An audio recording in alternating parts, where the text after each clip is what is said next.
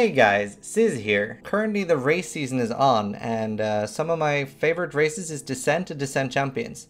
Now, I just recently managed to get the global first kill on both, so I decided I would make a guide video for at least how to play it as Duelist, and hopefully it'll help some of you that play other classes as well. There'll be some stuff about like general clearing, what to do. This is going to be like a TLDR version, so I will have some of my longer videos uploaded on YouTube as well. So they can be quite helpful for like understanding how I decide like what mobs to kill and stuff like that. So I'll try to walk you guys through this now. My normal descent as a duelist, you're going to be using Cleave and Molten Strike for quite a while. Later on you'll get Sunder.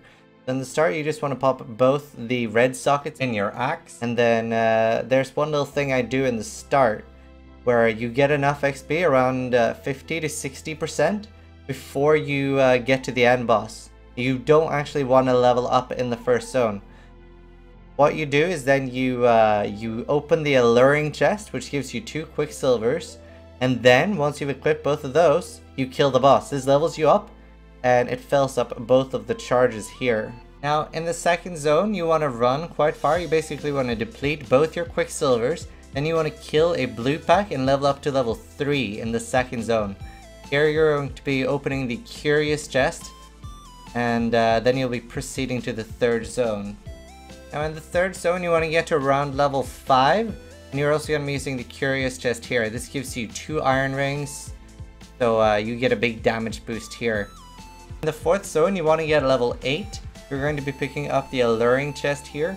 And you'll have a large healing potion in this zone, and you'll have Jade Hatchet, which you should transmute. Another really important thing to get in this zone is the a 2 or 3 red linked socket, so you can get added fire on your cleave.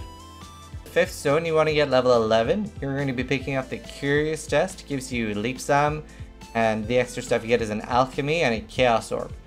Now, the reason you want to get 11 in this zone is because in the Tomb of Statues, you're going to be mostly running through it, with the exception of killing a few very big packs of some statues for Quicksilver charges. Now, there's not a single blue monster in the Tomb of Statues zone, so you do want to avoid killing things that aren't blocking your way. And in the Tomb of Statues, you're picking up the Curious chest as well. It gives you 2 Alchemy Orbs, and here is where you pick up Sweep and Sunder. You should pick up Sweep in case you find a crazy rare sword. And again, do not kill anything in the Tomb of Statues unless you have to. 7th zone, the Merveil Water Siren zone, you have to be very careful. They can do their scream. You can get frozen pretty easily, and they have a lot of like crowd control. You're going to be picking up the alluring chest here, which gives you 2 Alks and a Chaos Orb. And here's where you want to try to craft a wood splitter, which will be, you'll be using that until you can get you might be using it until the end. In the Simian Cave, 8th zone, the monkey area, there you want to pick up the Curious chest. Again, more like Chaos and Alchemy so you can craft with. You get a Ruby and a Topaz ring here. You want to alch both of them, so in the next area you'll take less damage from the dischargers. You also get Herald of Ash, Ice, and Thunder here as well, so you want to usually throw an Alchemy Orb on the Agate Amulet. And hopefully what you want is Fire Resist. Next in the Skeleton Caverns, there's a lot of blue mobs as well. You get really good experience here. You'll also get the melee physical damage support and faster attacks, so if you manage to Leap Sam with faster attacks, that'll give you a lot of speed boost there. Obviously you want to try to get melee physical in with your Sunder. So you pick up the alluring chest here, and as I mentioned earlier, the dischargers will do a lot less damage. They're in the next zone. So very important that you've crafted and try to get some nice resist. You do want to get a lot of fire resist on all your gear, because that's what's the most important in the end. Now, once you are in the zone, it's you're not really trying to loot as much. It's not like before, where you wanted to get as much experience in each zone before the race ended. Now it's about killing piety, so you want to just start rushing it now. Like as soon as you get 40-50 fire rest and you have a decent at least wood splitter, you should be able to kill her. So you can skip a lot of the mobs and still win. All you need to get is around level 20. But I would recommend watching a full race and see if you can pick up some tips on what packs to kill.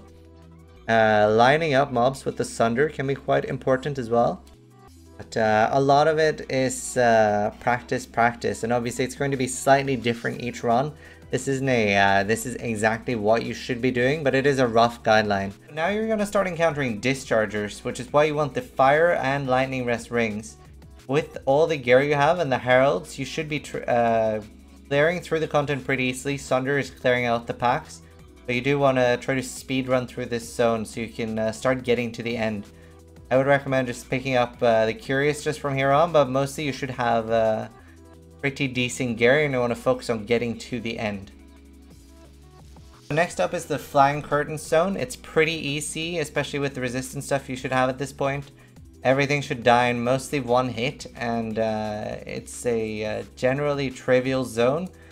Try to focus on killing like the big packs and blue packs as you have been doing before. Now, in the next zone, there's Exiles, and obviously some of them can be a bit dangerous. What I try to do is try to get them inside the packs that are close to them. And there's a lot of blue sea witches in this area. So if you get the overlap damage from Sunder, that's an easy way to take care of them. Again, you're running out of time at this point, and you want to try to get to the end room as soon as possible to get high up on the kill ladder. Now, in the next zone, there's a bunch of archers and shield chargers, which aren't a big issue, and you can see that I'm leaping through mostly the entire zone. I've figured out that I have a decent like 30-40 fire rest, so I'm just rushing for the boss and hoping that I can be the first person to kill her.